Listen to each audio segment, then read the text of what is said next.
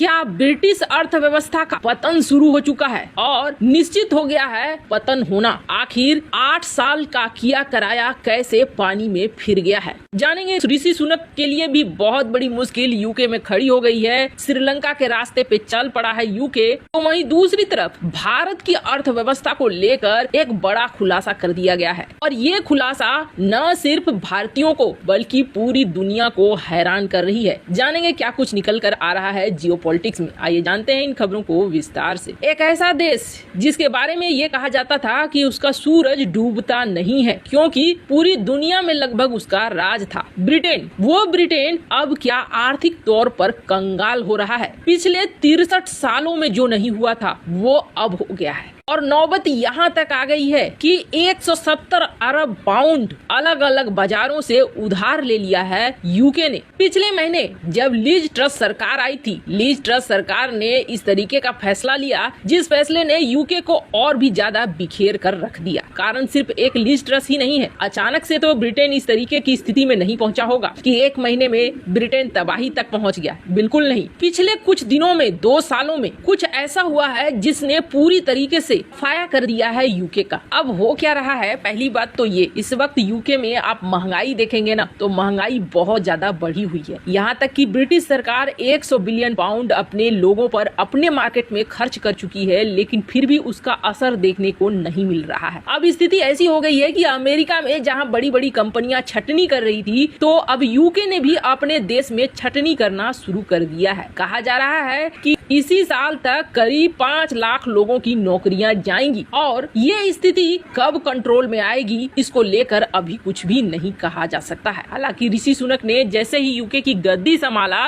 वैसे ही ऋषि सुनक ने यह ऐलान कर दिया कि हमको कठोर निर्णय लेने होंगे, तभी हम बच सकते हैं और सबको साथ मिलकर चलना होगा। अब इसे देखते हुए ब्रिटेन सरकार ने एकदम से टैक्स को काफी बढ़ा दिया है, भारी इजाफा कर दिया है ब्रिटेन सरकार। आपको बता दें, इससे पहले जो लीज ट्रस सरकार आई थी उसने टैक्स में काफी गिरावट कर दी थी और उसकी वजह से स्थिति तो और भी भयानक हो गई थी। लेकिन यूके के नए पीएम ऋषि सुनक ने आते ही टैक्स बढ़ा दिया और टैक्स बढ़ाने के साथ साथ जीडीपी का 37.1% इतना बड़ा हिस्सा अब डाल दिया जनता के ऊपर कि जनता से हम वसूलेंगे इतना ज्यादा पैसा। जीडीपी का 37.1% एक बड़ा नंबर है और सरकार चाह रही है कि किसी तरीके से ब्रिटेन को बचाया जाए। अब जब लीज ट्रस सरकार आई थी तो 44 दिनों में इसने कहा था कि हम 45 अरब डॉलर का छूट देंगे, लेकिन ऋषि सुनक ने इसके उलट अब ये कह दिया है कि हम 65 अरब डॉलर बचाएंगे। और 65 अरब डॉलर कैसे बचा सकते हैं? तो 65 अरब डॉलर बचाने के लिए हम टैक्स वगैरह को लेंगे। वैसे आपको बता दें, इतना बड़ा जो टैक्स में इजाफा हुआ है ना, द्वितीय विश्व युद्ध के बाद पहली बार यूके ने इतना बड़ा इजाफा किया है। इसके अलावे 41 सालों का रिकॉर्ड टूटकर ब्रिटेन में महंगाई बढ़ी है। और ये सब कुछ क्यों हो रहा है तो आपको बता दें, पहले यूरोपीय यूनियन का हिस्सा हुआ करता था यूके, लेकिन यूरोपीय यूनियन से बाहर आ गया यूके। और बाहर आ गया तो कहते हैं ना, जब किस्मत खराब हो तो ऊंट पर बैठे व्यक्ति को भी कुत्ता काट लेता है। वही स्थिति हो गई यूके की। यूके यूरोपीय यूनियन से निकला और फिर कोविड संकट शुरू हो गया। कोविड संकट किसी तरीके से छटा तो फिर यहाँ पर रूस यूक्रेन की लड़ाई शुरू हो गई। अब धीरे धीरे इन सब चीजों ने ब्रिटेन को धकेल दिया है आर्थिक मंदी के भंवर में और ये फंसता जा रहा है। नौबत ऐसी आ गई है कि 170 अरब डॉलर वो देश जिसका दुनिया भर में राज हुआ करता था वो उधार ले रहा है, कर्जा ले रहा है। ये है यूके और अमेरिका का हाल। अब बात करें भारत का, क्या भारत इस स्थिति से निकल पा रहा है या फिर भारत का भी हाल कुछ वैसा ही होगा? ग्लोबल मार्केट इंटेलिजेंस (SNDP) की एक रिपोर्ट है। इस रिपोर्ट में बहुत सारी चीजों का खुलासा कर दिया गया है। इस रिपोर्ट ने दुनिया की 10 बड़ी अर्थव्यवस्थाएं, जिसे टॉप 10 अर्थव्यवस्था कहा जाता है, जिसमें कौन कौन आते हैं? अमेरिका, ये तो नंबर 1 पर है। यूरोपीय संघ जिसमें 27 देश हैं, चीन, जापान, यूके, भारत, ब्राजील, दक्षिण कोरिया, कनाडा, रूस, इन सब को लेकर जो बड़ी 10 अर्थव्यवस्थाएं हैं उनको लेकर ये देखा कि इनका व्यापार कैसा चल रहा है, इनकी अर्थव्यवस्था में क्या अंतर आया है। व्यापार से ही पता चल जाता है किसी देश की अर्थव्यवस्था इस वक्त कैसी चल रही है और आने वाले समय में इसका क्या हाल होने वाला है। पहली बात तो इस रिपोर्ट ने यह कह दिया कि दुनिया भर में, याद रखिएगा ये भारत के लिए नहीं बल्कि दुनिया के लिए बात हो रही है, दुनिया भर भर में आर्थिक मंदी आएगी, गिरावट आएगा। 2021 में दुनिया बढ़ रही थी 5.9% की रफ्तार से, लेकिन 2022 में ये 2.8% की रफ्तार है, आधे से भी कम। और 2023 में तो ये गिरकर 1.4% तक पहुंच जाएगी, यानी अभी ये और गिरेगी। इन्होंने खुलासा कर दिया कि आने वाले महीनों में आपको यूरोप के अंदर, अमेरिका के अंदर, कनाडा के अंदर, लैटिन अमेरिका के अंदर देखने को मिलेगा मंदी। अब आपके मन में प्रश्न आ रहा होगा कि दुनिया भर में मंदी छा रही है और इन्होंने बता भी दिया यूरोप, अमेरिका, कनाडा और लैटिन अमेरिका में मंदी आएगी,